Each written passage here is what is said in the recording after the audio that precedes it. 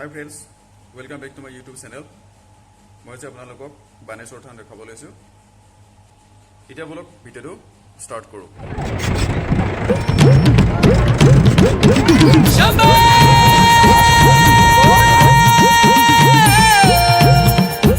শিব শিব শিব শিব শম্ভো শিব শিব শিব शिव शंभो ऐसा डमरू बजाया भोलेनाथ ने सारा कैलाश पर्वत मगन हो गया। ऐसा डमरू बजाया भोलेनाथ ने सारा कैलाश पर्वत मगन हो गया। सारा कैलाश पर्वत मगन हो गया। सारा कैलाश पर्वत मगन हो गया। सारा कैलाश पर्वत मगन हो गया। सारा कैलाश पर्वत मगन हो गया। ऐसा डमरू बजाया भोलेनाथ ने सारा कैलाश पर्वत मगन हो गया।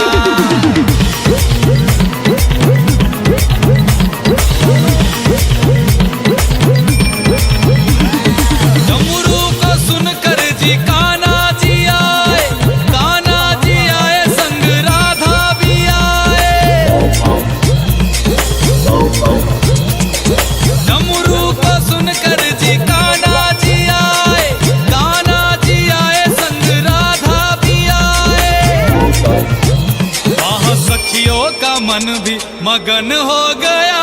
सारा कैलाश पर्वत मगन हो गया। ऐसा डमरू बजाया भोलेनाथ ने सारा कैलाश पर्वत मगन हो गया।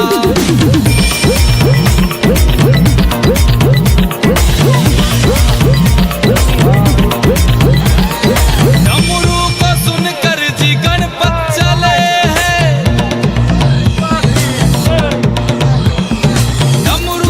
सुनकर जी गणपत चले संग कार्तिक चले। गणपत चले संग कार्तिक चले। वहाँ अम्बे का मन भी मगन हो गया।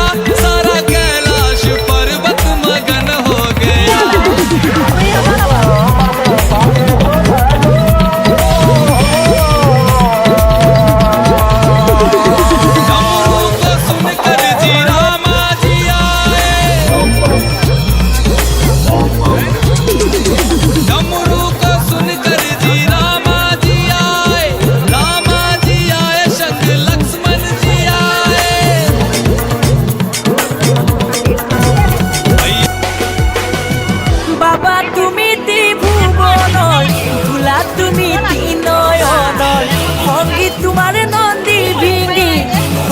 তোমার মা পার্বতী তুমি আদি কইলা খরপতি হে পাঙ্কায়ে তুলা সনিতে তুকুলা ততা ধাদি বলিয়া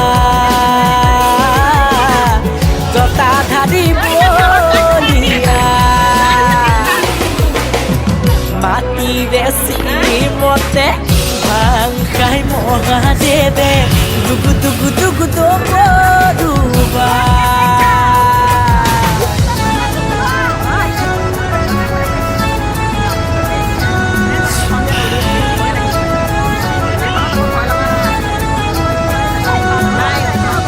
Ruto tumi kubare Jota kuli bina bose Korpo tumare golor boni Tumar mukhor bani Hoya pujar pabe Bangkai tula Sonite tu pula Jota dhadi bo